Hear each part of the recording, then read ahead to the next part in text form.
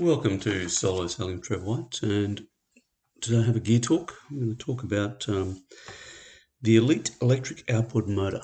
So I've just recently gone to the Dusseldorf Boat Show in Germany, and whilst I was walking around, I was just looking at different things. So I was sort of curious about the whole electric propulsion thing, checking out bigger systems for the yachts, and also looking at outboards. So I don't really like electric outboards. I think they're not always very practical. However, I found one which I think is super practical, and it's a new design from ePropulsion. It's probably their latest generation. It's only really suitable for yacht to shore, short trips, slow speed, and on my yacht I carry a 3.3 horsepower Mercury, fully integrated, so the tank's in the motor, and it's super lightweight, so you just lower it down, put it on the dinghy, and it's no real stress. So I carry my dinghy on the deck, and I lower that and then throw the motor on, so I don't have to worry about jerrys or caddies or anything else. It's a very, very simple process. However, if I'm in an area for a while, I'll do some diving on a tour around, longer trips. I've got a 10 horsepower Mariner, and my 3-metre rib will get up on a plane with that 10 horsepower Mariner with a caddy, 2 people, drops off the plane as soon as I put all the dive gear and things in. So it's okay.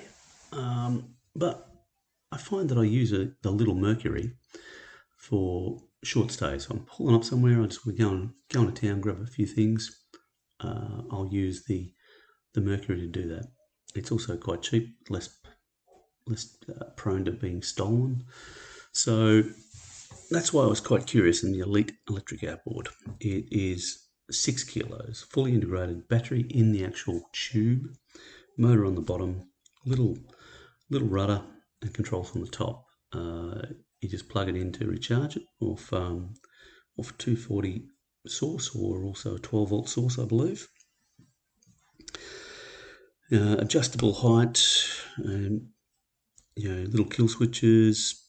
It's got quite a few really good concepts. But the thing I like is it's super light, really easy to put on and put off.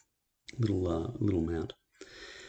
Now, the other thing I thought was okay, it gives you about 45 minutes pushing a standard size little 2 to 3 metre outboard, inflatable or rib around. And that's not bad, it's not going to get on a plane, it's just going to push you around at a couple of knots.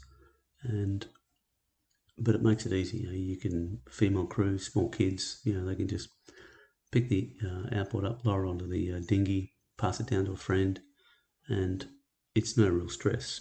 It also just folds up and folds downstairs, so again, you have to worry about theft. When you get into town, you can secure it to your dinghy with a lock. One thing I do hope is that they've got it has an emergency magnetic kill switch, but I'm not sure how that works from a security perspective. I want to be able to lock these things down. That's one of the problems with electric scooters. People can just up and steal them and drive away. You don't necessarily want them to be just taking your electric outboard and voila, brand new outboard for them.